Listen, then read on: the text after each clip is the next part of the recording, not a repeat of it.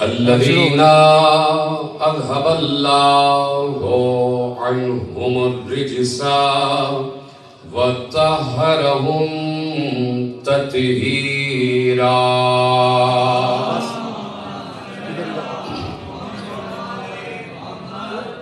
أما بعد فقد قال الله سبحانه وتعالى في محكم كتابه المجيد وفرقانه الحميد وقوله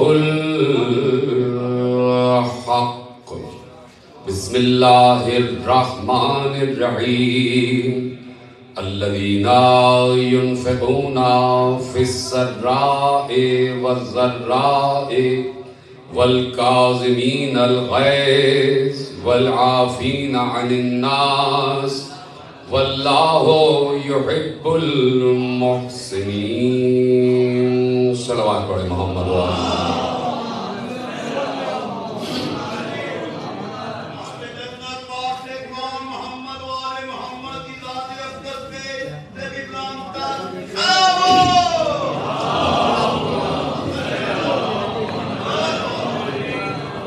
پروردگار عالم کا احسان عظیم ہے، اور اس کا اس بات پر جتنا بھی شکر ادا کیا جائے وہ کم ہے کہ اس نے ہمیں ایسی ہستیوں سے، ایسی ذوات مقدسہ سے منسوب فرمایا ہوا ہے کہ جو اللہ کو اس وقت سے پہچانتے ہیں جب وقت بھی نہیں تھا.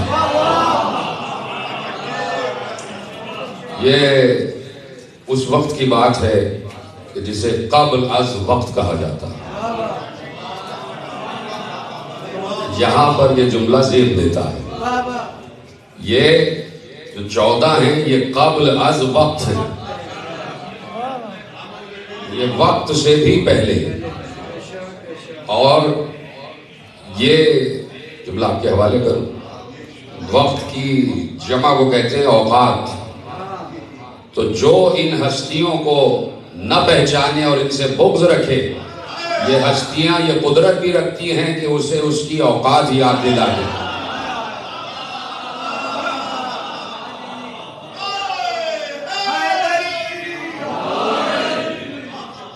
یہ کوئی کل کا قصہ نہیں، یہ کوئی کل کی بات نہیں کہ کسی نے کوئی 40 برس کے بعد کلمہ پڑھ لیا ہو، 60 برس کے بعد کلمہ پڑھ لیا ہو. تو اس لیے کہ اللہ نے حضرت ابراہیم کا تعارف کرایا، اور حضرت ابراہیم کی بہت سی خصوصیات اللہ نے قرآن کریم میں محفوظ کی ہیں کہ ابراہیم جو ہے اجتباہ کی منزل پر ہے، یعنی مجتبہ بھی ہے ابراہیم. اور پھر ایک مقام پر کہا اصطفیٰ ہو، یعنی ابراہیم مصطفیٰ بھی ہیں. اور پھر ایک مقام پر کہا سب سے بڑی خصوصیت جو حضرت ابراہیم کی اللہ نے ارشاد فرمائی، میں نے کہا نا کہ اجتباہ بھی کہا، مجتبہ بھی کہا، مصطفیٰ بھی کہا، سب کچھ کہا. اور پھر اس کے بعد ایک لفظ استعمال کیا، یعنی اس ابراہیم کے لیے کہ جو پہلے سے مصطفیٰ ہے، جو پہلے سے مجتبہ ہے، جو انسانوں کا امام بھی بنایا جا چکا، جو پہلے سے رسول ہے، جو پہلے سے نبی ہے، جو پہلے سے خلیل ہے. یہ سارے عہدے رکھنے کے بعد اللہ نے کہا ان من شیعتہ لابراہیم، یعنی حضرت ابراہیم کا تعارف لفظ شیعہ سے بھی کرایا. پرسوں کی تقریر میں نے پورا آپ کے سامنے منظرنامہ پیش کیا کہ حضرت ابراہیم کو شیعہ بھی کہا، امام بھی کہا، رسول بھی کہا، نبی بھی کہا، خلیل بھی کہا، اور پھر سب سے بلند ڈگری یہ دے دی کہ یہ شیعہ ہے. یہ ابراہیم جو ہے یہ اس کا شیعہ ہے. ان من شیعتہ لابراہیم. اب یہ ہی کی ضمیر کہاں پر جا رہی ہے یہ ہم سے پوچھا جائے، اس لیے کہ ہم ضمیر تفسیر سے بھی واقف ہیں اور ضمیر قرآن سے بھی واقف ہیں. وہ اتنا مشکل جملہ نہیں تھا. ان من شیعتہ لابراہیم، ابراہیم اس کے شیعوں میں تھا. تو اب میں نے اسی لیے عرض کیا کہ کس کے شیعوں میں تھا، تو جس کے شیعوں میں تھا اسی کا تذکرہ کر رہے ہیں، اسی کا ذکر عوام الناس تک پہنچا رہے ہیں. کہ ذرا سمجھو تو کہ یہ جو سلسلہ ہے کہ جسے سلسلہ تخلیق کہا جاتا ہے، یہ سلسلہ تخلیق سے بھی پہلے. اچھا ذریعہ اور ہلکی کر دیتا ہوں، بات شاید مشکل ہو گئی ہو. یہ سلسلہ تخلیق سے بھی پہلے.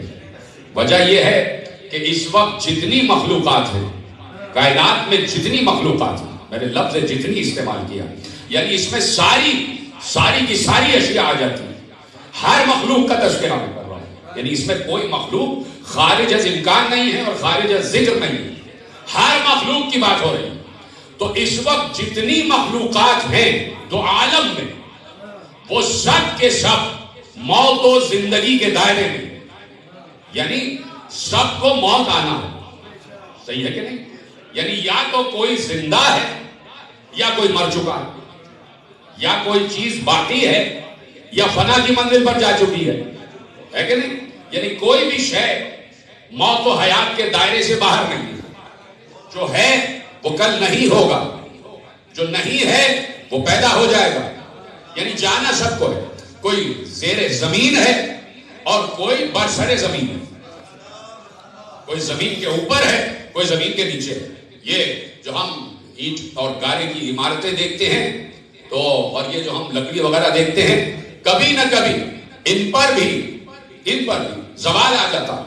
کبھی ان پر بھی زنگ آ جاتا ہے، کبھی ان پر بھی دیمک لگ جاتی ہے لکڑیوں پر، ہے کہ نہیں؟ یعنی ہر چیز فنا کے دائرے میں، ہر چیز موت و حیات کے دائرے میں. اور جو بھی موت و حیات کے دائرے میں ہے وہ مخلوق کہلاتا ہے. وہ مخلوق کہلاتا ہے. توجہ ہے، وہ مخلوق کہلاتا ہے. اور جب لفظ تخلیق ہمارے لیے استعمال ہو تو اس کا مطلب کچھ اور ہوتا ہے، اور جب لفظ تخلیق معصومین کے لیے استعمال ہو تو اس کا مطلب کچھ اور ہو جاتا. سلامت رہیں اگر آپ تک یہ جملہ پہنچا. جب لفظ خلق، اور میری عادت یہ ہے کہ جب تک بات ایک آدمی تک پہنچ نہ جائے میں اس پر رکتا ہوں. یا بعض بہت پرانے ہماری ان سے شناسائی ہے اور یہ جانتے ہیں کہ جہاں مجمع خاموش ہوتا ہے تقریر طویل ہو جاتی ہے. میرے ساتھ پرابلم یہ ہے. توجہ ہے. اب چونکہ آپ خاموش رہے تو میں ذرا سا اس تک رکوں گا اور رک کر یہ بات سمجھا کر آگے بڑھ جاؤں گا. لفظ تخلیق معنی جدا جدا ہے. یعنی ہم اس دنیا میں آئے، خلق ہوئے. ہمارا اس دنیا میں آنا الگ ہے، اسے بھی خلق کہتے ہیں. اور ایک چڑیا کے بچے کا دنیا میں آنا وہ بھی الگ ہے، اسے بھی تخلیق کہتے کہ نہیں کہتے؟ پھر آپ چپ ہو گئے. لیکن تخلیق کی کئی مثالیں، خلق کی کئی مثالیں، اور ہر مثال میں تخلیق کا پروسیس الگ الگ نظر آ رہا ہے. تخلیق کا پروسیس الگ الگ نظر آ رہا ہے. حیات کی بھی قسمیں ہیں، موت کی بھی قسمیں ہیں. حیات کی بھی قسمیں ہیں، موت کی بھی قسمیں ہیں، اور بہت سی قسموں میں حیات تقسیم ہو رہی ہے. مثلا معصوم نے کہا کہ زمین میں ایک ایسا کیڑا ہے، زمین میں، مٹی میں ایک ایسا کیڑا ہوتا ہے کہ جب وہ اپنے پورے نمو پر پہنچ جاتا ہے تو وہ دو ٹکڑے ہو جاتا ہے اور اس میں پھر دو کیڑے پیدا ہو جاتے ہیں. یہ کہیں کسی چیز سے باہر نہیں آیا. سلامت رہے، آ جائیں ساتھ ساتھ میرے آتے چلے جائیں. یہ کہیں کسی چیز سے باہر نہیں آیا، تخریج کی منزل پر نہیں ہے، اخراج کی منزل پر نہیں ہے. اس کا پروسیس آف کریشن الگ ہے، اس کا طریقہ تخلیق الگ ہے. یہ ایک حیات کی قسم ہے. ایک حیات کی قسم کیا ہے؟ کہا کہ جب پانی جمع ہوتا ہے، جب بارش کا پانی آتا اور کسی جوہر میں، کسی تالاب کی شکل اختیار کر لیتا ہے اور اس تالاب میں کائی لگنا شروع ہو جاتی ہے. کائی لگتی ہے جسے آپ فنگس کہتے ہیں. اور وہ کائی جب پانی خشک ہو جاتا ہے تو وہ کائی بھی خشک ہو جاتی ہے. جب وہ کائی خشک ہو جائے، جب وہ کائی خشک ہو جائے، توجہ ہے، جب وہ کائی خشک ہو جائے تو اس کائی کو اٹھاؤ اور اسے پاؤڈر کی شکل میں، سفوف کی شکل میں پیس لو. سفوف کی شکل میں پیس لو. اگلی بارش میں جب ایسے ہی پانی جمع ہو تو اس سفوف کو اس پانی میں ڈالنا، ہر ذرے سے ایک نئی مخلوق تخلیق ہو جائے گی. ہر ذرے سے ایک نئی مخلوق تخلیق ہو جائے گی. تو اس کا پروسیس آف کریشن الگ ہے، اس کا تخلیق کا طریقہ الگ ہے. میں صرف یہ سمجھانے کے لیے آپ سے وقت لے رہا ہوں. مجھے معاف کیجیے گا چونکہ آپ خاموش رہے تو مجھے یہ سمجھانے میں وقت لگ رہا ہے کہ تخلیق کا طریقہ مختلف ہے. جب اس کیڑے کے لیے لفظ تخلیق استعمال ہوگا تو اس کے معنی بدل جائیں گے. جب پرندے کے لیے لفظ تخلیق استعمال ہوگا تو اس کے معنی بدل جائیں گے، جب انسان کے لیے لفظ تخلیق استعمال ہوگا تو اس کے معنی بدل جائیں گے۔ اسی طرح جنات آگ سے بنے ہیں، تو جنات کے لیے جب لفظ تخلیق استعمال ہوگا تو اس کے بھی معنی بدل جائیں گے، ہے کہ نہیں؟ اب یہ ہے تخلیق کی اقسام۔ دیجیے ایک اور قسم آپ کے حوالے کر رہا ہوں، یعنی حیات کی کئی اقسام ہیں، میں تو صرف چند جملے آپ کے حوالے کر رہا ہوں۔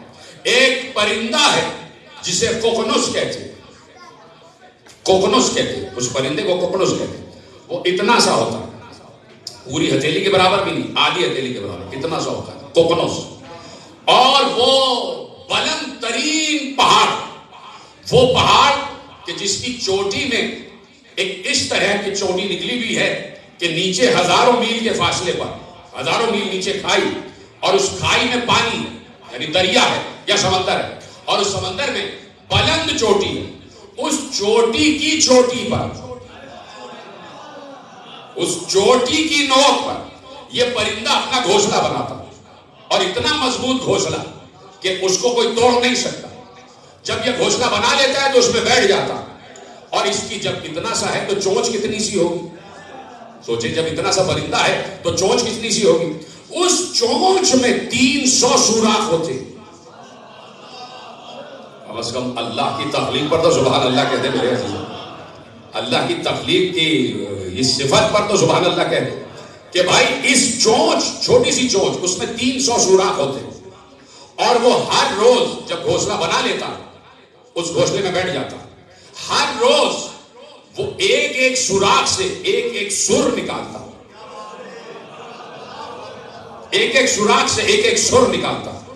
آخری سوراخ سے جب 300ویں دن سوراخ سے سر نکالتا ہے تو وہ سر، وہ جو سر ہوتا ہے، وہ سر وہ کیفیت رکھتا ہے کہ اس کے گھونسلے میں اس سر کی وجہ سے آگ لگ جاتی ہے، جس سے جیسے آپ راگ ملہار کہتے ہیں کہ جس راگ سے بارش ہو جاتی ہے، اسی طرح راگ دیپک بھی ہے۔ ہاں ایسی گردن ہلاتے رہے آپ میرے ساتھ بھائی، دیپک راگ بھی ہے، اور دیپک راگ وہ ہے کہ جس کو گانے سے آگ لگ جاتی ہے، شعلے بلند ہو جاتی ہے۔ راگ ملہار گاؤ تو بارش ہو جاتی ہے۔ اب یہ بات الگ ہے کہ تم نے راگ کہہ دیا ہے، ہم اسے کن کہتے ہیں، آپ نے راگ کہہ دیا، ہم اسے کن کہتے ہیں۔ کن کی زبان کہتے تو بارش ہو جائے، کن کی زبان کہتے تو آگ لگ جائے، ٹھیک ہے؟ تو اب وہ آخری سوراخ سے 300ویں سوراخ سے 300ویں دن آواز نکالتا، جب وہ آواز نکالتا ہے تو اس کے گھونسلے میں آگ لگ جاتی، اور وہ اسی گھونسلے میں جل کے مر جاتا، اور جل کے خاکستر ہو جاتا، بالکل سفوف بن جاتا، اور سفوف کی شکل میں اسی طرح پڑا رہتا۔ جب پہلی نیسا آب نیسا کی بارش ہوتی، جب پہلی آب نیسا کی بارش ہوتی ہے اور پہلا قطرہ آب نیسا کا گھونسلے میں گرتا ہے تو اس خاکستر سے ایک اور کوکنس جنم لے لیتا، اس خاک سے، میری بھائی، اس خاک سے ایک اور کوکنس جنم لے لیتا۔ تو یہ تخلیق الگ ہے۔ صرف لفظ تخلیق سمجھانا چاہ رہا ہوں میرے عزیزوں، اتنی آپ نے مجھے وقت لے لیا، اتنی دیر لگا دی، تو صرف لفظ تخلیق اور تخلیق کی اقسام، جہاں جہاں مخلوق مختلف ہو رہی ہے وہاں وہاں طریقہ تخلیق کا مختلف ہو رہا ہے کہ نہیں؟ ہر طریقہ تخلیق مختلف ہے۔ ہم الگ طریقے سے دنیا میں آتے ہیں، جنات الگ طریقے سے دنیا میں آتے ہیں، تو ہمارا لفظ تخلیق الگ معنی استعمال کرے گا، اور جنات کے لیے لفظ تخلیق الگ معنوں میں آ جائے گا، کوکنس کے لیے لفظ تخلیق الگ معنوں میں آ جائے گا، پرندے کے لیے لفظ تخلیق الگ معنوں میں آ جائے گا، مرغی کے لیے لفظ تخلیق الگ معنوں میں آ جائے گا، فرشتوں کے لیے لفظ تخلیق الگ معنوں میں آ جائے گا، ملائکہ کے لیے لفظ تخلیق الگ معنوں میں آ جائے گا۔ اب صرف دو جملے کہتا ہوں، جب لفظ تخلیق خاک کے لیے استعمال ہو، خاکی کے لیے استعمال ہو تو اس کے معنی الگ ہوتے ہیں، جب لفظ تخلیق نوری کے لیے استعمال ہو تو اس کے معنی الگ ہوتے ہیں۔ سلامت رہے، میری جملہ آپ تک پہنچ گیا۔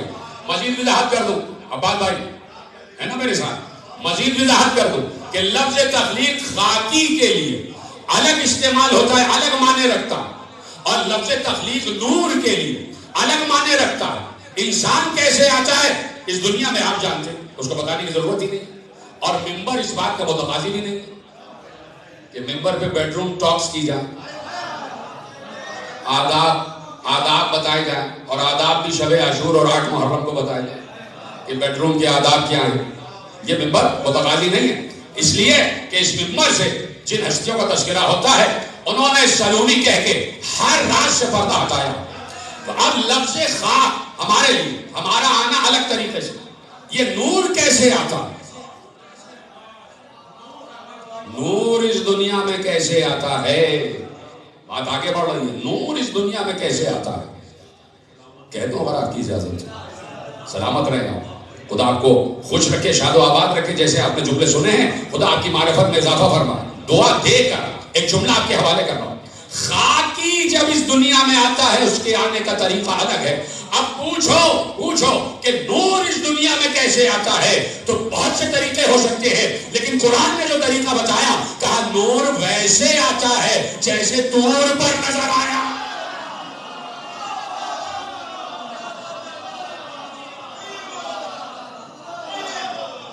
ایسے آتا ہے نور، ایسے آتا ہے نور. اب نور کے آنے کی کیفیت تو تم سمجھ نہیں سکتے. اس کو اپنے اوپر محمول نہ کرو، اپنے اوپر محمول نہ کرو. ایک بار حجرہ جعفر صادق سے کنیز باہر آئی، اور باہر میرے امام صادق کھڑے ہوئے انتظار کر رہے ہیں، ٹہل رہے ہیں. اور کنیز باہر آ کے کہتی ہے مبارک ہو، مبارک ہو، آپ کے ہاں بیٹا آیا. امام صادق نے اس کی مبارک کو قبول کیا اور مسکراہٹ چہرے پر آ گئی. اب جس حجرے میں کسی کو جانے کی اجازت نہیں تھی، امام صادق اس حجرے میں گئے. امام موسی کاظم علیہ السلام کی والدہ اور امام کاظم اس دنیا میں آ چکے. ایسے میں امام صادق حجرے والدہ موسی کاظم میں گئے. ابھی نام نہیں لے رہا والدہ کا، اور نام لوں گا اور اس کے بعد ایک حدیث والدہ کے حق میں آپ کے سامنے عرض کروں گا. حجرے خاص میں گئے تو کسی کو جانے کی اجازت نہیں تھی، اور گئے تو اس عالم میں کہ بچہ جو ہے ماں کی آغوش میں، اور حضور نے بچے کو اپنی گود میں لیا. تو ماں نے کہا کہ میرے والی، میرے آقا، میرے مولا، میرے سردار، میں نے عجیب معاملہ دیکھا. کہ کیا دیکھا؟ کہ پورا حجرہ مطلع نور بنا. اتنا نور کہ مجھے نظر نہیں آ رہا تھا. اور اب جب نور چھٹا تو میں نے دیکھا کہ یہ 7واں اللہ کے سجدے میں ہے.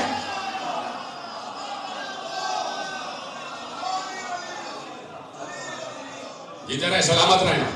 کہ جب نور کی ذوقب ہوئی اور مجھے نظر آنا شروع ہوا تو میں نے دیکھا کہ آنے والا مولود اللہ کے سجدے میں اور آواز دے رہا ہے لا الہ الا اللہ محمد الرسول اللہ انا حجت اللہ فی الارض. 3 گواہیاں دیں، 3 گواہیاں دیں اور سجدے میں دی. اب مجھے نہیں پتا کہ سجدہ زیادہ عظیم ہے یا تشہد زیادہ عظیم.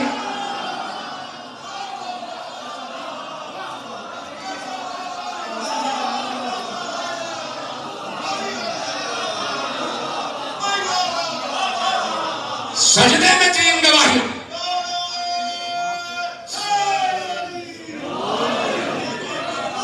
اللہ کی توحید کی گواہی، محمد کی رسالت کی گواہی، اور جتنے حجت ہیں سب حجتوں کی گواہی اپنے آپ تک. دیکھیے ایک لفظ آپ کے سامنے پیش کرتا ہوں اور بہت توجہ سے سنیے گا اور بڑی معرفت کے ساتھ. توجہ سے تو آپ سن رہے ہیں لیکن معرفت کے دریچوں کو کھولیں تب یہ باتیں سمجھ میں آئیں گی. اور یہ جملے نہ کہتا اگر صحن موسی کاظم میں نہ بیٹھا ہوتا. خدا کے واسطے جملوں تک تو پہنچے. صحن موسی کاظم میں بیٹھا.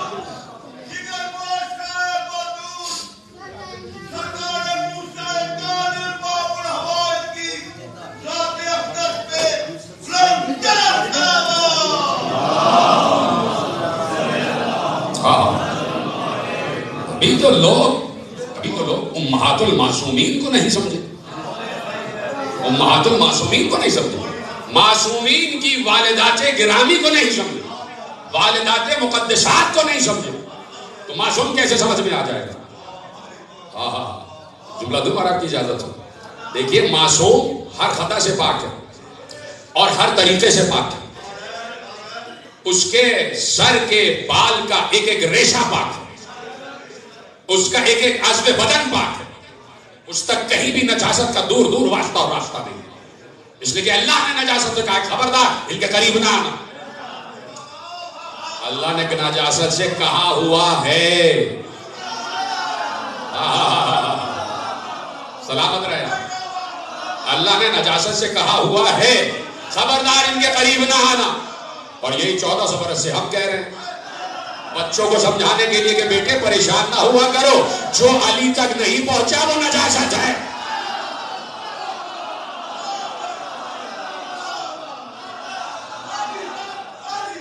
مل کے بولے, مل کے بولے.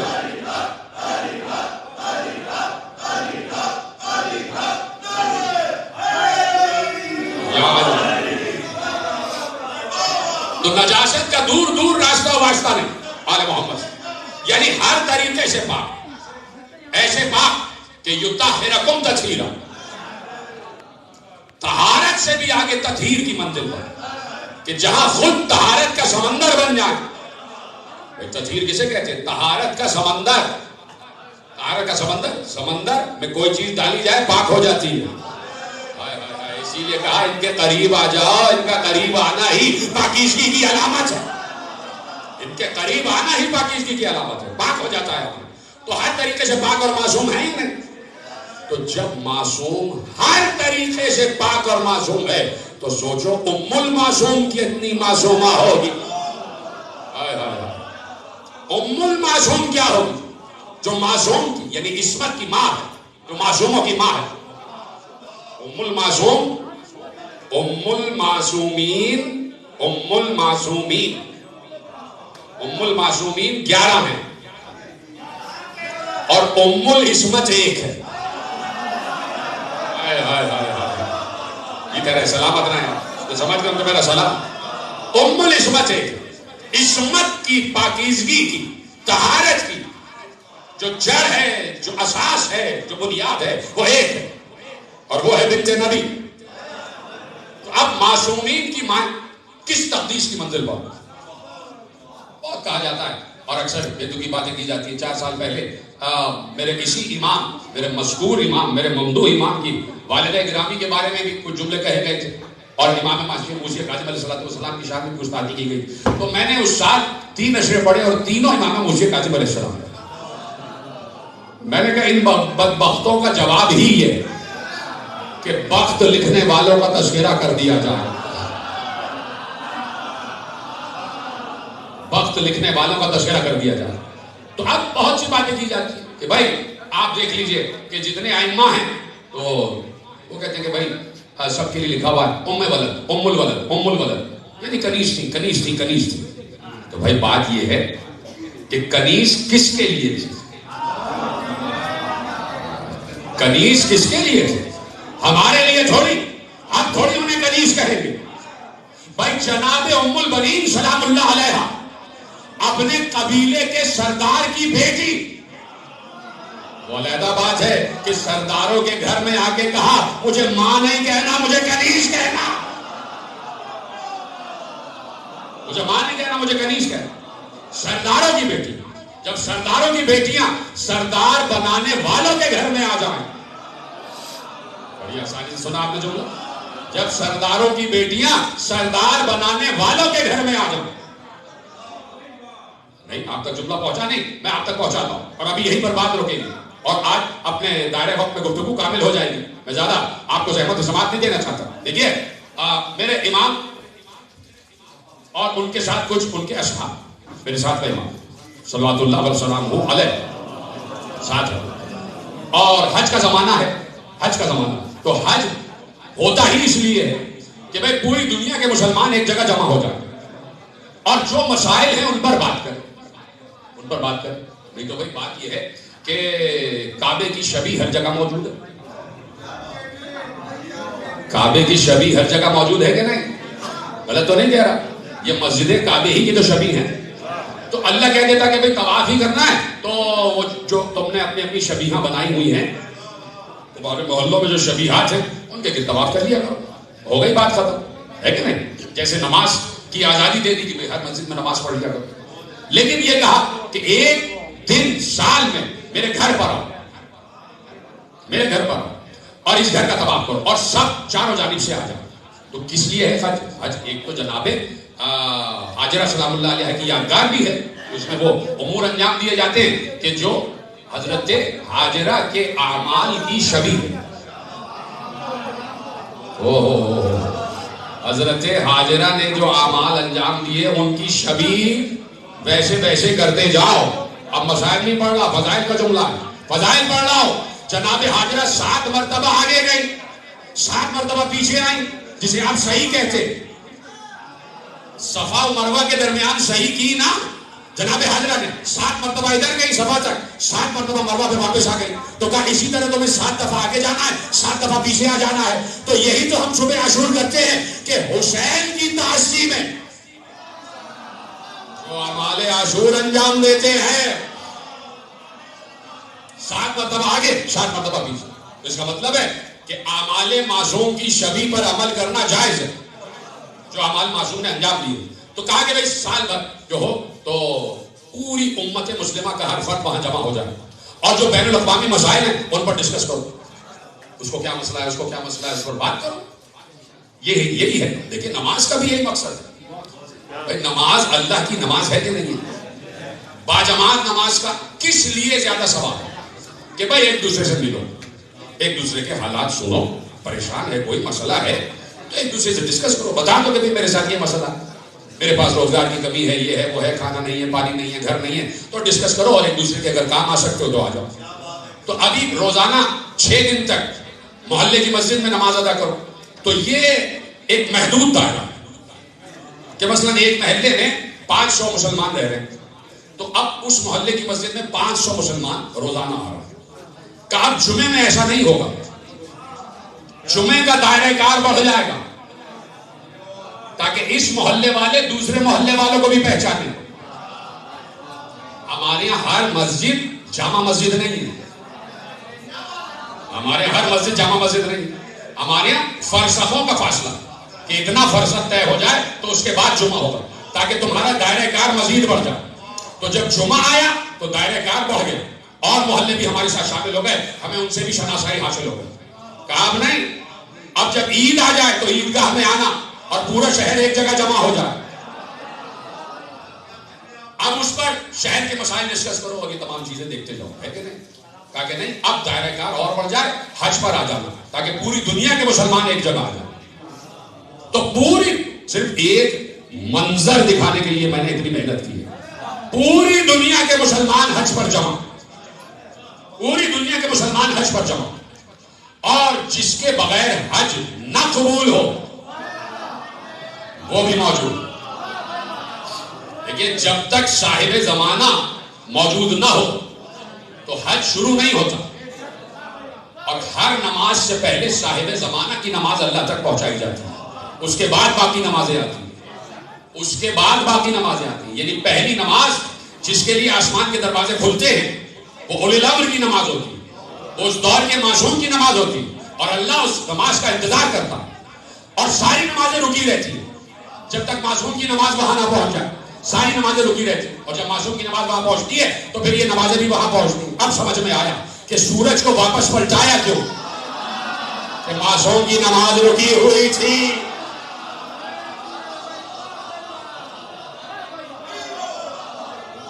معصوم کی نماز رکی ہوئی تھی، تو اب ساری دنیا کے مسلمان آئے ہوئے، ساری دنیا کے مومن آئے ہوئے، اور ایسے میں حبش سے تعلق رکھنے والے کچھ جوان آئے، انہوں نے امام کی خدمت میں سلام پیش کیا، امام نے انہیں جواب سلام دیا۔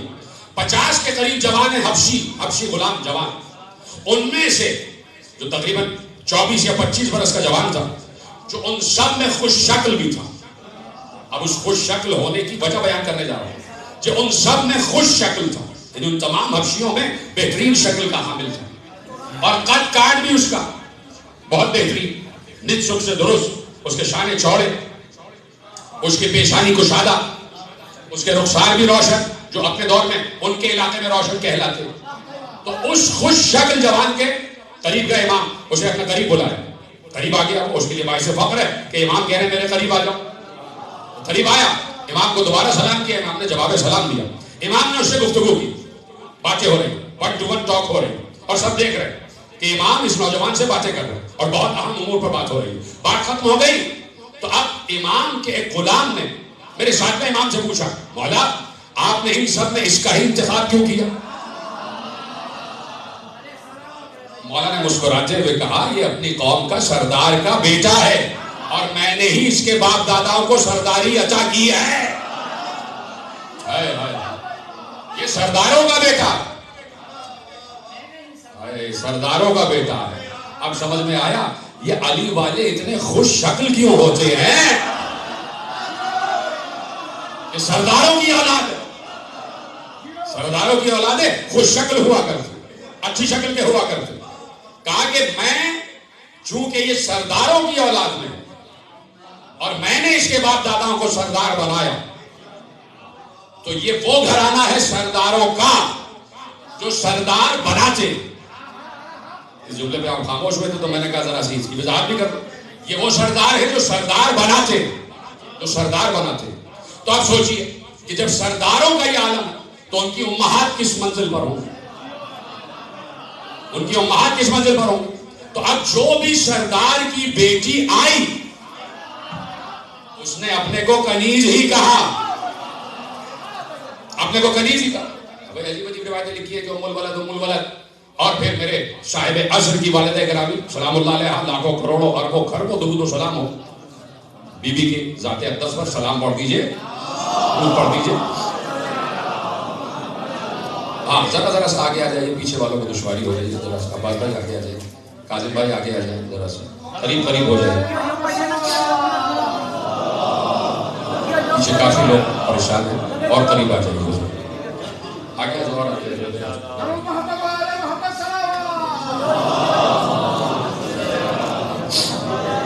توجہ ہے.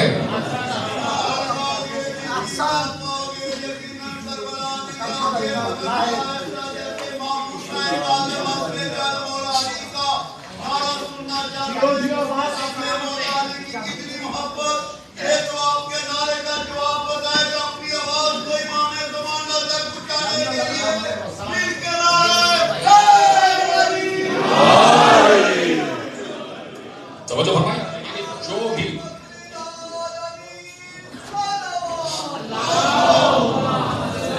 جو بھی بیوی آ رہی ہے وہ سرداروں کی بیٹیاں، یعنی صاحب عصر کی والدہ گرامی بادشاہ روم کی پوتی ہے اور بادشاہ کی بیٹی ہے. موقع ہوگا تو میں پوری تفصیل آپ کے حوالے کروں گا کہ کس طرح پورا سفر بی بی نے طے کیا ہے امام علی نقی علیہ السلام تک آنے میں. امام نے اپنے بیٹے سے ان کا عقد کروایا، پورا ایک سفر ہے. اب میں بتانا چاہتا ہوں کہ یہ سرداروں کی بیٹیاں جنہیں کنیز کہا جاتا، کنیز ہم نہیں کہیں گے، یہ خود اپنے کو کنیز کہلواتی نہیں. اسی میں شرف تھا ان کا، اسی میں شرف تھا. جناب سارہ بہت حسین تھی، ان کا حسن تاریخ میں موجود ہے، قصص القرآن میں. اور یہ جتنے حسین امہات معصومین ہیں سب صاحب تقدس والا حسن، تقدیس والا حسن، تقدیس والا حسن. جناب سارہ، جناب ابراہیم. تو اب اللہ نے کہا کہ بھائی یہاں سے نکلو اور ادھر سے چلے جاؤ. شہر پار کر کے نکلے اور مصر کے ایک قریے میں پہنچے، مصر کے علاقے میں پہنچے. تو وہاں کا جو بادشاہ تھا وہ بڑا ظالم تھا.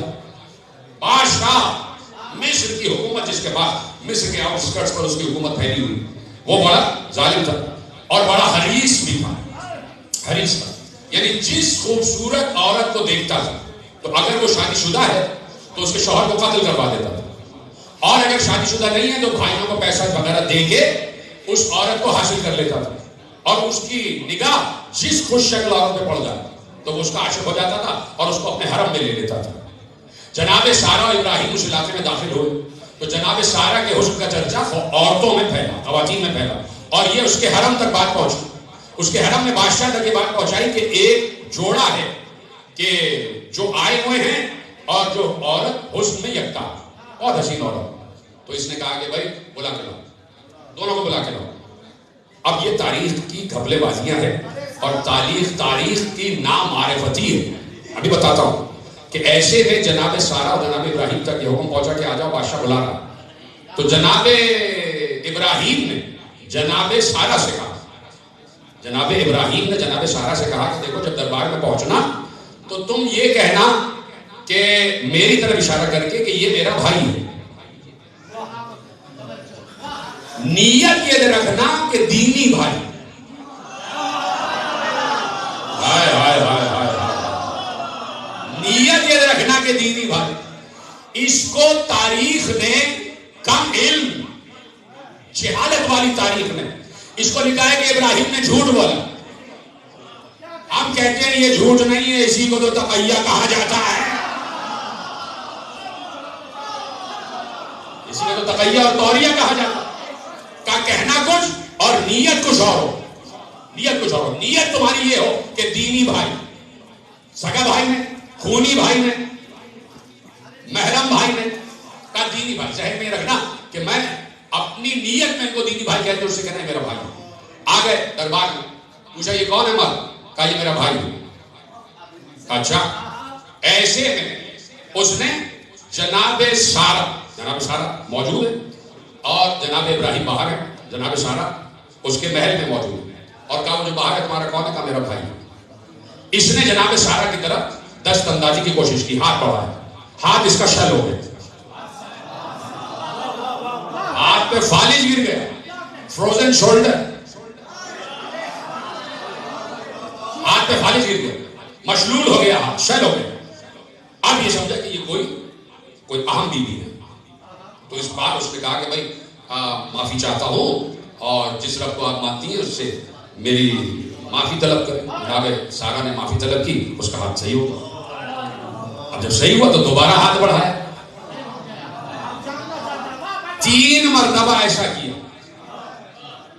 3 مرتبہ بہت سے کام ہوئے.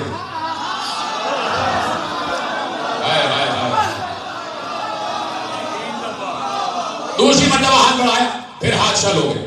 پھر توبہ کی، پھر ہاتھ میں جان آئی، پھر ایک دفعہ ہاتھ بڑھایا، پھر ہاتھ شل ہو گیا. پھر توبہ کی، پھر ہاتھ میں جان آ گئی. تو اب کہتا ہے، غصے میں آ کے کہتا ہے کہ تم کوئی جادوگر ہو، تم کوئی ساحر ہو. یہ نئی بات ہے. پیغمبر نے چاند کو 2 ٹکڑے کیا تو ابو جہل نے کہا تم ساحر ہو، تم جادوگر ہو. یہ تو پیچھے کے پیچھے جتنے چلتے چلے جائیں یہ جہالتیں بہت قدیم ہیں جو عرب تک منتقل ہوئی اور ہیں. تو کہا کہ تم جادوگر ہو اور تم لوگ جو ہو نا مجھے جادوگر لگتے ہو کہ تم سحر کر رہے. تو اب جناب سارہ کو غصہ ہے، جناب سارہ کو جلا آیا. جناب سارہ نے کہا کیا بکتا ہے سر، وہ جو باہر کھڑا ہے وہ نبی اللہ ہے، وہ میرا شوہر ہے اور ہمیں اللہ نے یہ قوت دی ہے کہ ہماری طرف اگر کوئی نجس ہاتھ بڑھتا ہے تو اللہ اسی وقت عذاب لے آتا.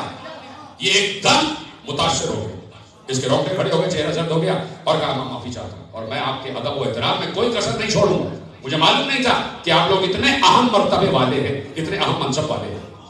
توجہ فرما دیا. جناب ابراہیم آئے، ان کا بھی ادب و احترام کیا اور ادب و احترام سے رخصت کی.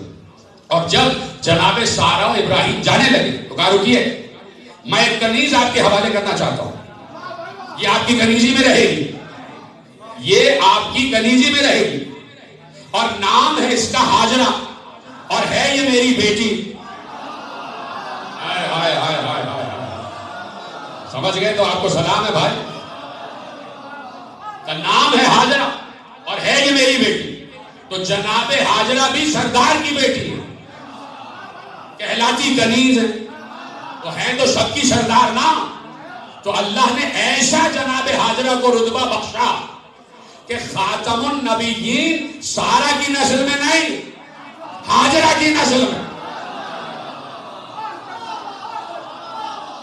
سارہ کی نسل میں جناب سارہ کی نسل میں 70,000 انبیاء آ گئے. جناب اسحاق کی نسل میں 70,000 انبیاء بنی اسرائیل آ گئے اور جناب ہاجرہ کی نسل میں اسماعیل سے لے کے خاتم النبیین تک، یعنی یہ پرورش ہو رہی ہے. تو اب جو امہات المعصومین ہیں وہ اپنے اپنے عہد کے سرداروں کی بیٹی ہیں. انہوں نے اپنے کو کنیز کہلوایا. اب دیکھیے میں آپ سے داد لوں گا اگر میں وہ بات آپ تک پہنچا سکا. دیکھیے ایک بات بہت بڑی مشہور کتاب ہے اور فرائض الصمت ہے، علامہ حموینی عالم اہل سنت، وہ لکھتے ہیں کہ جب جسد آدم میں روح ڈالی گئی تو آدم متحرک ہوئے اور آدم اٹھ کے بیٹھ گئے اور آدم نے عرش کی طرف دیکھا تو 5 انوار منور، 5 انوار منور. تو کہا پروردگار یہ کون ہے، تعارف کرا. تو اللہ نے کیا کہا، دیکھیں اس لفظ کے لیے زحمت دے رہا ہوں، اللہ نے کیا کہا، میں محمود ہوں، یہ احمد ہے. آدھا محمد وانا المحمود. پوری روایت آپ سن چکے ہیں، مجھے روایت نہیں دہرانا، میں صرف اس جملے پہ آپ کو روک رہا ہوں. اللہ ہے محمود. کسی کو انکار تو نہیں ہے؟ تعارف کرا کے چلیے پوری روایت پڑھ دیتا ہوں کہ یہ میں محمود ہوں، یہ محمد ہے. میں علی اعلیٰ ہوں، بولیں بولیں بولیں، یہ علی ہے. میں فاطر السماوات والارض ہوں، یہ فاطمہ ہے. میں محسن ہوں، یہ حسن ہے. میں قدیم الاحسان ہوں، یہ حسین ہے. تو اللہ کون ہے؟ محمود. اور 2 نام ہیں اللہ کے اسی قبیل کے، ایک ہے محمود اور ایک ہے حمید. ان اللہ غنی حمید، بہت سی آیتیں حمید پہ ختم ہو رہی ہیں کہ اللہ حمید ہے اور اللہ محمود بھی. ٹھیک ہے، اللہ محمود بھی ہے، اللہ حمید بھی ہے. اللہ محمود ہے، اللہ حمید ہے. محمود جس کی سب سے زیادہ تعریف کی جائے، محمود. حمید جس کی سب سے زیادہ حمد کی جائے. دونوں کے معنی کم و بیش یکساں ہی ہے. اس پر پھر کبھی گفتگو ہو جائے گی کہ جو ایک ذرہ برابر فرق ہے وہ کیا ہے، لیکن یہاں تک رکیے گا. اللہ ہے محمود اور اس کا نام حمید بھی ہے. اچھا آپ کسی کو یقین نہیں ہے تو بھائی گوگل پہ اللہ کے نام نکال لیجیے، اس سے کسی کو اختلاف تو نہیں ہے. وہ محمود بھی ہے، وہ حمید بھی ہے. اور وہ کون؟ اللہ. اس سے بڑا کوئی نہیں، اس سے بڑا کوئی نہیں. وہ محمود بھی ہے، وہ حمید بھی ہے. امام حجرہ موسی کاظم کو اپنی گود میں لیا تو جناب مادر موسی کاظم نے پورے حالات بتائے کہ مطلع پورا حجرہ مطلع انوار بن گیا. اور جیسے ہی نور چھٹا، میں نے بیٹے کو سجدے میں دیکھا اور بیٹا 3 گواہیاں دے رہا تھا اور جعفر صادق کی گود میں جناب موسی کاظم ہے اور ماں یہ حالات بتا رہی ہے. ایک بار ایک بار میرے چھٹے امام نے اپنی زوجہ کی طرف مخاطب ہو کر کہا، انتی حمیدۃ فی الدنیا و محمودۃ فی الآخرہ. تم دنیا میں حمیدہ ہو، آخرت میں محمودہ ہو.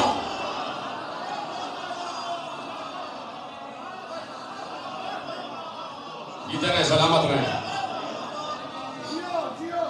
جیتے رہے سلامت رہیں.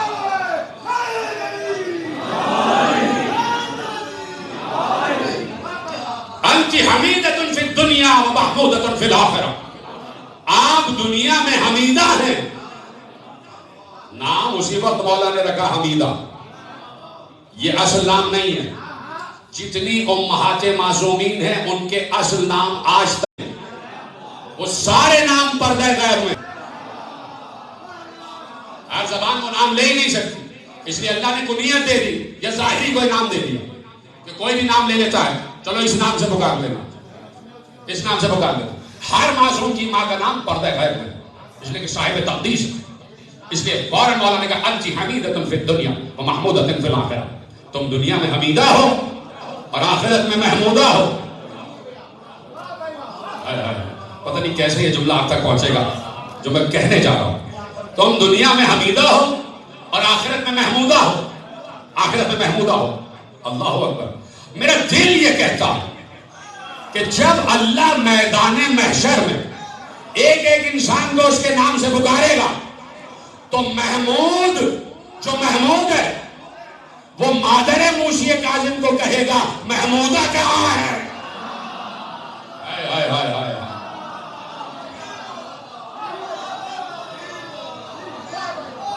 جی طرح آپ نے جیسے سنا یہ جملہ، وہ محمود ان کو محمودہ کہتا ہے، وہ محمود. تو اس سے یہ نہیں ہوا کہ یہ خدا ہو گئے. خدائی صفات یہاں پر آ کر فخر کرتی ہیں. لوگوں کو پتہ ہی نہیں کہ صفات کیا ہے. یہ اللہ کے نام، یہ اللہ کے نام، یہ صفات کو ویسے ہی ظاہر نہیں کرتے جیسے صفت ہے. یہ بات یاد رکھیے کہ معصوم نے کہا کہ جو ذات و صفت ایک ہی ہے. اللہ کی ذات اور اللہ کی صفت ایک ہی ہے. صفت بالذات ہے. چلیے ہٹ جاتا ہوں، بہت مشکل بات نہ ہو جائے. اجازت ہے اگر تھوڑی سی بات آپ سے؟ اللہ کی صفات بالذات ہے، یعنی اس کی ذات کا حصہ، اس کی ذات کا حصہ. معصوم نے کہا کہ جس نے اسم کی عبادت کی، جس نے اسم کی عبادت کی اور ذات کی عبادت کی، اس نے دو خدا مانے، ایک ذات والا ایک اسم والا.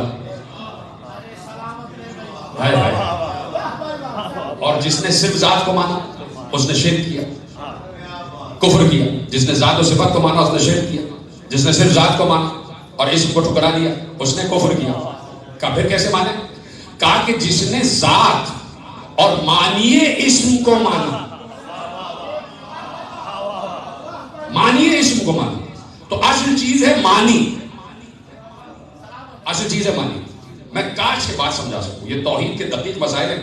ہم پڑھ لیتے ہیں تو ہمارے ذہن میں بات آ جاتی ہے، مولا سمجھا دیتی ہے، لیکن مولا ہی قوت نے الفاظ عطا کرے تو ہم آپ تک یہ بات پہنچا سکیں. مثلا اس کو کیا کہتے ہیں؟ سب بولتے تو اچھی بات، تسبیح. اچھا تسبیح، اور یہ تسبیح کا ایک دانہ ہے، یہ تسبیح ہے. اب یہ تسبیح بن گئی جناب، تسبیح بن گئی. اچھا چلیے تسبیح کو چھوڑ دیں. یہ کیا ہے؟ مائک. یہ مائکروفون ہے، یہ مائکروفون یہ رہا جس سے آواز آپ تک پہنچ رہی ہے. جب یہ تخلیق ہوا، جب یہ بنایا گیا، مصنوع ہوا، جب یہ صنعت کی منزل پر آیا ہے نا، جب یہ صنعت کی منزل پر آیا تو اس کے بنانے والے نے اس کا نام مائک رکھ دیا. اس کے بنانے والے نے اس کا نام مائک رکھ دیا. اچھا جس وقت بن رہا تھا اس وقت اس کا نام کیمرہ بھی رکھ دیا جا سکتا ہے. آج تک ہم اسے کیمرہ کہہ رہے ہوتے ہیں. اللہ اکبر. بھائی اگر بنتے ہی اس کا نام بنانے والا جو اس کا موجد ہے، انوینٹر ہے، تو اگر اس کا نام کیمرہ رکھ دیتا کہ بھائی یہ میں نے کیمرہ بنایا، تو آج تک ہم اسے کیمرہ کہہ رہے ہوتے ہیں. یعنی اصل چیز نام نہیں ہے. ہائے ہائے ہائے ہائے اللہ اکبر. اصل چیز نام نہیں ہے، اصل چیز انوینشن ہے. تو اصل چیز نام نہیں ہے، اصل چیز نام کے معنی ہے. اب وہ رحیم ہے، اس کی صفت ہے رحمت. اس نے ہم تک بتانے کے لیے اس صفت کا نام رحم رکھا. اس صفت کا کوئی اور نام بھی ہو سکتا تھا. بھائی جو صفت رحم ہے، اللہ نے اسے کہا کہ یہ رحمت ہے، یہ رحم ہے. اللہ اس کا نام کرم بھی رکھ دیتا، کرم بھی رکھ سکتا تھا. تو ہم کرم کو ہی رحم کے معنوں میں لے رہے ہوتے. ارے بھائی کیوں مار رہے ہو، اس پر کرم کرو. یعنی رحم کے معنوں میں ہم کرم لے لیتے. بھائی اللہ اس کے معنی کوئی اور رکھ دیتا، لیکن نام کوئی اور رکھ دیتا، لیکن معنی نہیں بدلے، معنی نہیں بدلے. یہ تو ہم تک بتانے کے لیے اللہ نے 99 معنی کے 99 نام رکھ دیے. ہم اس کی صفتوں سے اب بھی آگاہ نہیں ہیں. اسی لیے کہا اسی لیے کہا نحنو صفات اللہ. اسم بھی ہم ہیں، صفت بھی ہم ہیں. صفات اللہ، یعنی ان سے معلوم ہوگا کہ صفات خدا ہے کیا، صفات خدا ہے کیا. بات پہنچ گئی آپ تک؟ تو یہ نہیں ہے کہ جب ان کی مدح کی گئی تو ان کو خدا کہہ دیا گیا. ہم نے کہا حمیدہ اور محمودہ، تو کہتے صاحب آپ نے ایک مادہ خدا بنا دی. ایسا تو نہیں بھائی. ان سے اللہ کے صفات کا اظہار ہوا، ان سے اللہ کے صفات کا اظہار ہوا. یعنی اللہ کے صفات، یہ لیجئے سامنے جو ہے ایک شیشہ لگا ہوا اور یہاں سے آپ نے 2 بلب روشن کیے. چلیے وہاں بلب ہے اور یہاں شیشہ ہے. وہاں سے آپ نے بلب روشن کیے 2، اس پہ آ کے عکس پڑا اس کا، اور وہاں سے بالعکس یعنی روشنی نے ایک اور زاویہ اختیار کیا، تو ادھر بھی پھیل گئی ادھر بھی پھیل گئی. ہائے ہائے، نہیں ابھی تک کچھ لوگ پہنچے نہیں. ہائے ہائے. دیکھیے آیت ہے قرآن کریم کی، بس ختم ہو رہی بات. چلیے کل سے اس کو، یہ کافی بڑے طویل معنوں میں ہے تو کل میں اس کو عرض کروں گا، لیکن آج کی حد تک میرے ساتھ رہیے گا. یہ جو میں ابھی بات کہنے جا رہا تھا یہ میں نے کل پہ موقوف کر دیا، اگر مجھے یاد رہے تو کل پہ موقوف کر دیا کہ بھائی معاملات کیا ہے. اگر نہ ہو تو یاد دلا دیجیے گا کہ سورہ نور پر مجھے بات کرنا تھی.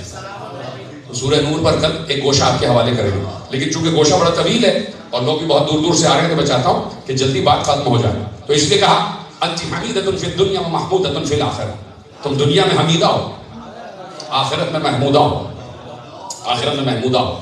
تو اب جس گھر کی یہ کنیز ہے، جو اپنے آپ کو کنیز کہہ رہی ہے، جب کنیز محمودہ ہے تو سردار کیا ہوں گے؟ تو جو کنیزوں کی بھی سردار ہیں وہ بھی کس مقام پر ہوگی؟ جسے ام ابیہا کہا گیا، جسے ام ابیہا کہا گیا، جو اپنے باپ کی بھی اصل ہے، جو اپنے باپ کی رسالتوں کی بھی اصل ہے، نبوتوں کی بھی اصل ہے، امیت کی بھی اصل ہے. جو فرما لیا آپ نے. تو اب یہ سلسلہ ہے ذریت زہرا کا کہ جو آج بھی قائم و دائم ہے. تو ہر معصوم کی جو ماں ہے وہ بڑی صاحب تقدیس ہے، اور سب نے فخر کیا اسی بات پر کہ ہم ذریت فاطمہ. سلامت رہے، اگر آپ بولتے رہے تو کیا یہ اچھی بات ہے.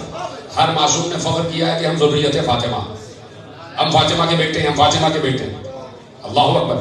دیکھیے مسجد نبوی ہے، ابھی ابھی ذہن میں بات آئی اور یہ بات جو میں نے روکی ہے اس کے بعد عرض کر دوں گا. مسجد نبوی ہے اور قبر رسول ہے سامنے، قبر رسول ہے سامنے، اور ہارون رشید بھی ہے قبر پہ آیا ہوا، اور اسی مقام پر میرے ساتویں امام نماز پڑھ محو عبادت، مصلی عبادت بچھا ہوا ہے اور محو عبادت.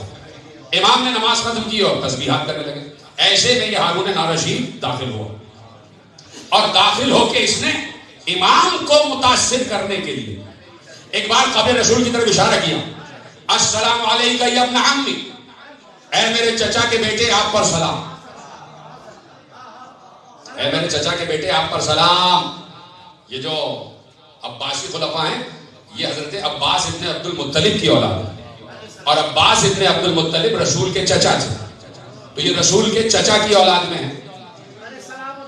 اور عباس یعنی رسول کے جو والد ہیں وہ عباس کے بھائی، اور یہ جو عباسی خلفاء آ رہے ہیں یہ رسول کو اپنا چچا زاد بھائی کہتے تھے، یہ ہمارے چچا کی اولاد. کہا یا ابن عمی، السلام علیکم یا ابن عمی، اے میرے چچا کے بیٹے آپ پر سلام. یہ تاریخ میں لکھا ہوا ہے واقعہ. تذکرۃ الخواص بہت اہم ترین تاریخ ہے علامہ سبت ابن جوزی کی، وہاں سے واقعہ آپ کے حوالے کر رہا ہوں. السلام علیکم یا ابن عمی، خلیفہ وقت نے کہا، اور قبر کی طرف اشارہ کر کے کہا السلام علیکم یا ابن عمی. تو اب الصلاۃ والسلام علیکہ کہنے والوں پر اعتراض نہ کیا کرو، اعتراض کرنا ہو تو خلیفہ پر کرو کہ وہ صاحب قبر کو زندہ مان رہا ہے. ٹھیک ہے. اس نے کہا کہ السلام علیکم یا ابن عمی، اے یا ابن عم، اے میرے چچا کے بیٹے آپ پر سلام، اے میرے چچا کے بیٹے آپ پر سلام. میرا مولا کھڑے ہوا اور کھڑے ہو کر ایک بار کہا السلام علیکم یا ابتا، اے میرے بابا آپ پر سلام.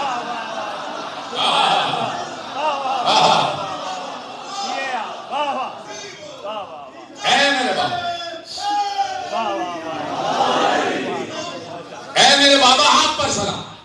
تو فخر رہا ہے کہ رسول ہمارا باپ ہے، ہر امام کا بابا ہے رسول، اور یہ یقین بھی کرتے تھے.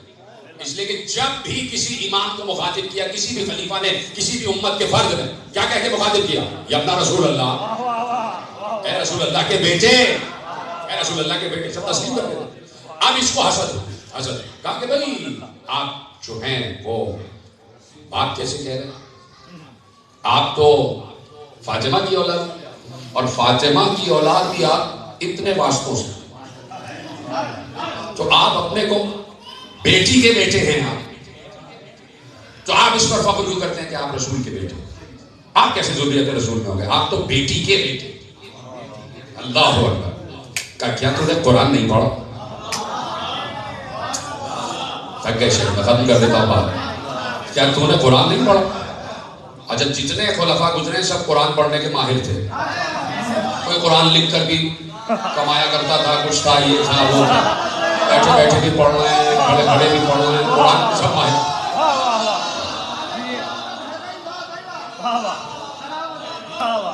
کہا تم نے قرآن نہیں پڑھا؟ کہا پڑھا ہے قرآن، یاد ہے؟ کہا تو کہا یہ آیت یاد نہیں ہے کہ اللہ نے حضرت ابراہیم کا تذکرہ کیا اور ابراہیم کی ذریت کا تذکرہ کرتے کرتے کہا وَمِن ذُرِّيَّتِهِ داؤد وسلیمان وایوب وزکریا ویحییٰ وعیسیٰ۔ کہا ہم نے ابراہیم کے بیٹوں میں قرار دیا داؤد کو، سلیمان کو، ایوب کو، زکریا کو، یحییٰ کو اور عیسیٰ کو۔ کہا یہ عیسیٰ ابراہیم کے بیٹوں میں کیسے آ گیا؟ سمجھ گئے تو آپ کو سلام ہے، جتنے سلامت رہے۔ یہ عیسیٰ ابراہیم کے بیٹوں میں کیسے آ گئے؟ عیسیٰ ابراہیم کے بیٹوں میں کیسے آ گئے؟ عیسیٰ کا تو کوئی باپ ہی نہیں تھا، تو اس نے خود کہنا پڑا ماں کی وجہ سے۔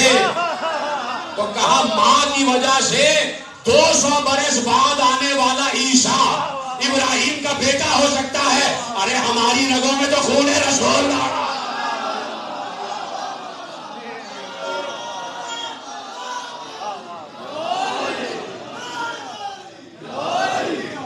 ہماری رگوں میں تو خون رسول دوڑ رہا ہے۔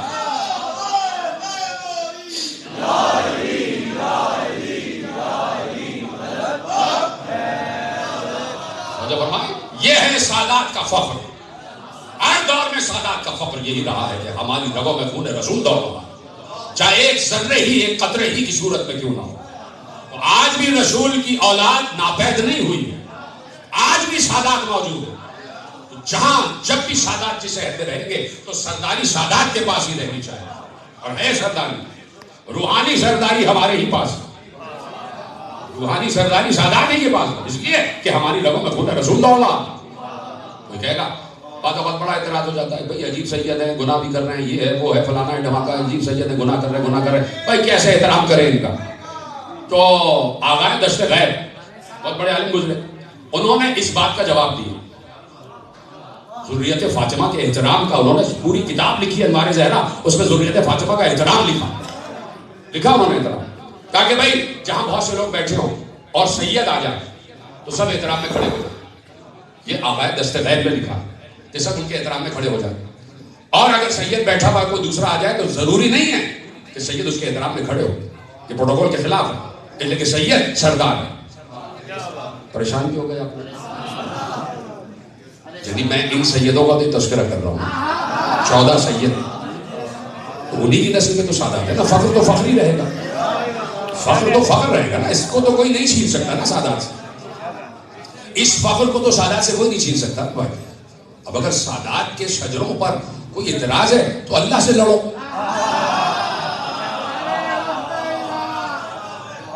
میرے مرثیے کے ایک بیت مجھے یاد آ گیا، سب ہے خالق کی عطا، ہم سے جھگڑتے کیوں ہو؟ لڑو اللہ سے، سادات سے لڑتے کیوں ہو؟ تو یہ فخر ہے، یہ فخر رہا ہے ہمیشہ سے کہ بھائی یہ ذریت رسول ہے، ذریت فاطمہ۔ تو اب کسی نے کہا ان سے کہ بھائی آپ نے سادات کا بڑا احترام لکھا ہے، بڑا احترام لکھا ہے، تو کچھ سادات جو ہیں وہ بدکردار بھی ہوتے، کچھ سادات جو ہیں وہ بے سیرت بھی ہوتے، الٹی سیدھی حرکتوں میں ملوث ہو، تو ان کا بھی احترام کریں۔ اب عالم وقت نے جواب دیا، کہا سنو، قرآن کی بہت سی آیتوں میں شیطان بھی لفظ لکھا ہوا ہے، ابلیس بھی لکھا ہوا ہے، لفظ کلب بھی لکھا ہوا ہے، لفظ خنزیر بھی لکھا ہوا ہے۔ کہا جو شیطان نے گستاخی کے جملے اللہ سے کہے تھے، گستاخی کے جملے، وہ بھی قرآن کی آیتوں کا حصہ ہے، تو کہا جیسے ان آیتوں کا احترام واجب ہے، جو شیطان کی گستاخی کے جملے ان آیتوں کا بھی احترام واجب۔ یعنی لحم خنزیر قرآن کی آیت میں ہے، لحم خنزیر حرام ہے، تو لفظ خنزیر لکھا ہوا ہے، اس کو بھی چومنا پڑے گا۔ اس لفظ کو بھی چھوڑنا پڑے گا، اس لیے کہ قرآن کی آیت ہے، قرآن کی آیت ہے۔ تو یہ ہے ذریت فاطمہ کا ہمیشہ سے مرتبہ اور اعزاز۔ اور ہم تو 1400 برس کے بعد آپ سب بیٹھے ہوئے، اعزاز ہے نا، سب منسوب ہے فاطمہ سے، کوئی ذریت فاطمہ ہے، کوئی امت فاطمہ ہے، ہم سب منسوب تو ہے نا زہرا سے، جناب سید عالمین سے منسوب ہے، اس لیے کہ جو باہر سے بھی آ رہا ہے تو وہ فاطمہ کی دعا بن کر آ رہا ہے، کوئی باہر سے بھی آ رہا ہے تو وہ فاطمہ کی دعا بن کر آ رہا ہے۔ آپ سمجھ میں آیا کہ لوگ کہتے ہیں علی نے تلوار کیوں نہیں اٹھائی، تلوار کیوں نہیں اٹھائی، تلوار کیوں نہیں اٹھائی؟ بھائی علی کو معلوم تھا 1400 برس کے بعد ان کی نسل میں تم بھی آنے والے ہو، اس لیے تلوار چلی ہی نہیں۔ جو باہر سے آ رہا ہے وہ امت فاطمہ۔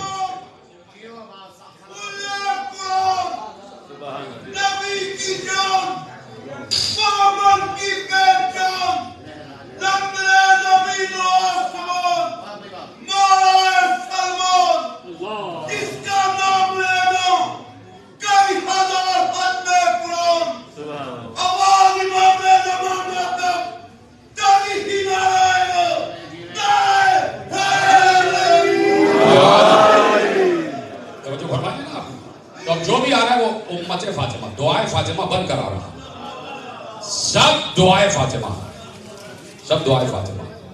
اسی لیے زہرا نے کہا تھا کہ بابا میرے بیٹے کو روئے گا، سب کو ہی ہائے کر دینا چاہیے تھا اگر آپ اسی تخلیق دعائے فاطمہ میں اپنے کو شامل سمجھتے ہیں۔ بابا میرے بیٹے کو روئے گا کون؟ جب آپ بھی نہیں ہوں گے، ابو الحسن بھی نہیں ہوں گے، حسن بھی نہیں ہوں گے اور میں بھی نہیں ہوں گی، تو میرے بیٹے حسین کو روئے گا کون؟ فوراً ہی اللہ نے رسول تک پیغام پہنچایا کہ کہہ دو میری کنیز خاص سے کہ اللہ ایک ایسی قوم کو خلق کرے گا جس کے بچے حسین کے بچوں پر، جس کے جوان حسین کے جوان علی اکبر پر، جس کی خواتین حسین کے اہل حرم پر، جس قوم کے بزرگ حسین کے بزرگ شہداء پر گریہ کریں گے۔ تو وہی قوم گریہ کون ہے؟ کبھی اس قوم کو گریہ سے نہ روکنا، کبھی اس قوم کو گریہ سے نہ روکنا۔ یہ گریہ انسان کو انسان بناتا ہے، یہ گریہ انسان کو انسان رہنے دیتا ہے۔ یہ گریہ کرنے والا باہر جا کر کسی پر ظلم نہیں کرتا، باہر جا کر کسی کے ہاتھ نہیں کاٹتا۔ جو عباس کے کٹے ہوئے ہاتھوں پر رو لیتا ہے تو پھر کسی کے ہاتھ نہیں کاٹتا۔ جو حسین کے کڑیل جوان بیٹے جگر پر لگے ہوئے برچھی کے زخم پر رو لیتا ہے وہ کسی ماں کی گود نہیں اجاڑتا۔ جو سکینہ کے زخمی رخسار پر رو لیتا ہے وہ کسی بچی پر تشدد نہیں کرتا۔ جو علی اصغر کے زخمی گلو پر رو لیتا ہے وہ کسی ماں کے جھولے کو اجڑنے نہیں دیتا، کسی ماں کے ارمان کو پامال نہیں ہونے دیتا۔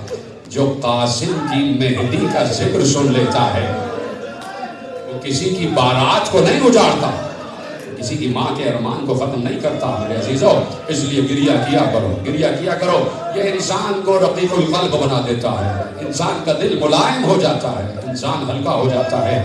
جب آنسو بہ جاتے ہیں تو بہت سی بیماریاں بھی ختم ہو جاتی ہیں اور آپ سمجھتے ہیں کہ آپ نے کوئی عظیم کام کیا ہے۔ اور پھر عظیم کام، آنسوؤں کا مقصد ہی کیا ہے؟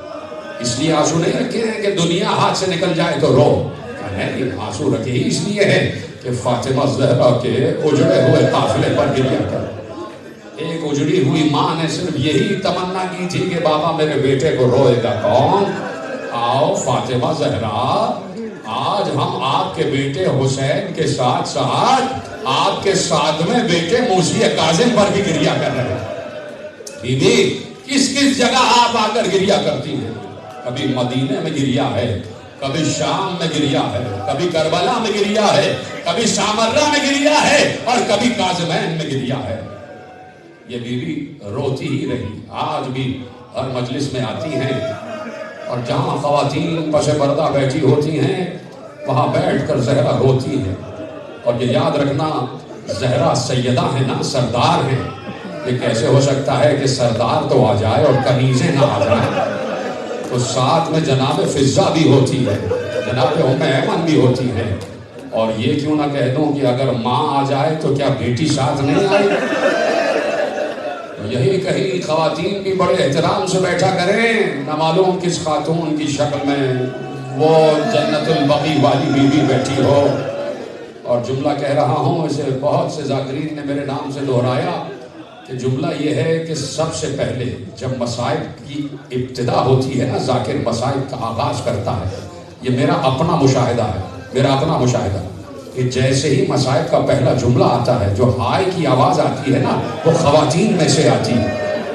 اور میں نے یہی کہا، نہ معلوم یہاں کی کوئی خاتون ہائے کہہ رہی ہے یا جنت البقیع والی بیوی کی روح بیٹھی ہوئی ہے، نور زہرا بیٹھا ہوا ہے کہ وہ اپنے بیٹے کی یاد میں ہائے کہہ کے آنسو بہا رہی ہے۔ زہرا نے بڑے دکھ سہے ہیں، زہرا نے بڑے ستم سہے ہیں، زہرا نے بڑے ستم سہے ہیں میرے عزیزو۔ حسین نے ایک ایک کو پکارا، کوئی ہے جو میری مدد کرے، اور کس کس مقام پر پکارا۔ ایک مقام تو عجیب تھا جہاں حسین نے پکارا کہ کوئی ہے جو میری مدد کرے، اس لیے کہ جب حسین کسی کے بلانے پر آگے بڑھ رہے تھے نا، تو حسین کے قدم کسی چیز سے ٹکرائے۔ اب جو حسین نے نیچے مڑ کے دیکھا تو دیکھا بھائی کا کٹا ہوا بازو زمین پر پڑا ہے۔ اب آج بھی باب الحوائج ہے نا، تو ذکر سنتے چلے جاؤ۔ بھائی کا کٹا ہوا بازو زمین پر گرا ہوا ہے۔ حسین نے عباس کا کٹا ہوا شانہ اٹھایا، آگے بڑھے، پھر ٹھوکر لگی، دیکھا عباس کا بایاں بازو کٹا ہوا پڑا ہے۔ بھائی کے دونوں شانے ہاتھ میں اٹھائے، ایک مجبور بھائی جا رہا ہے۔ جب تک شانوں تک پہنچے تھے تو حسین کمر پکڑے ہوئے تھے۔ عباس تو میری کمر کی طاقت لے گئے۔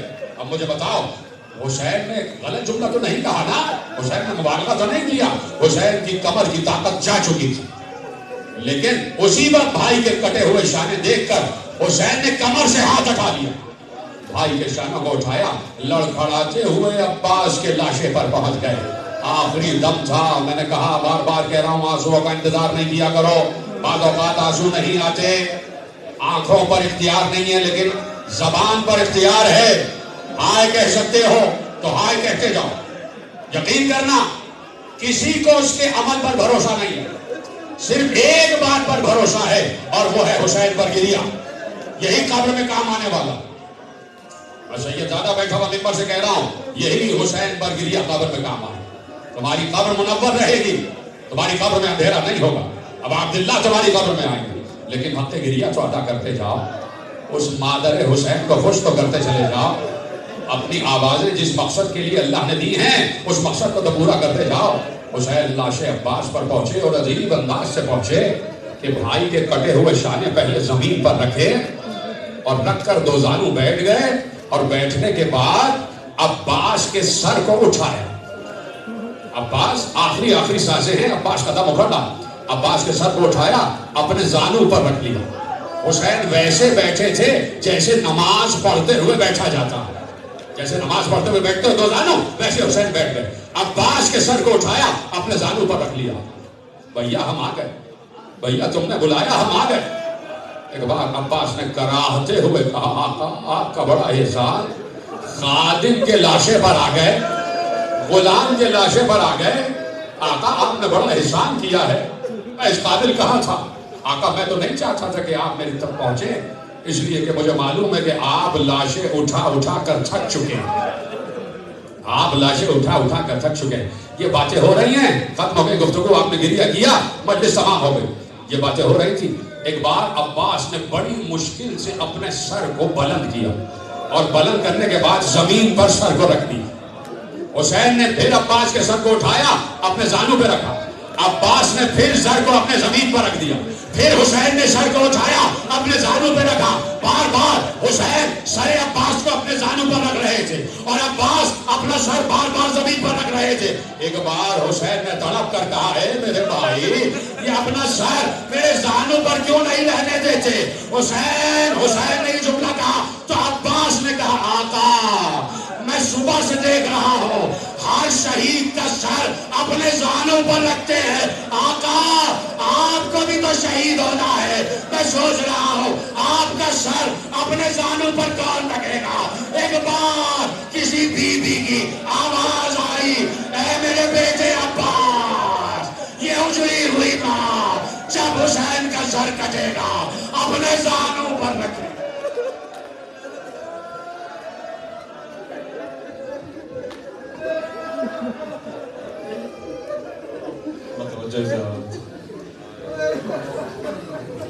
السلام علیکم یا رسول اللہ، السلام علیکم یا نبی اللہ، السلام علیکم یا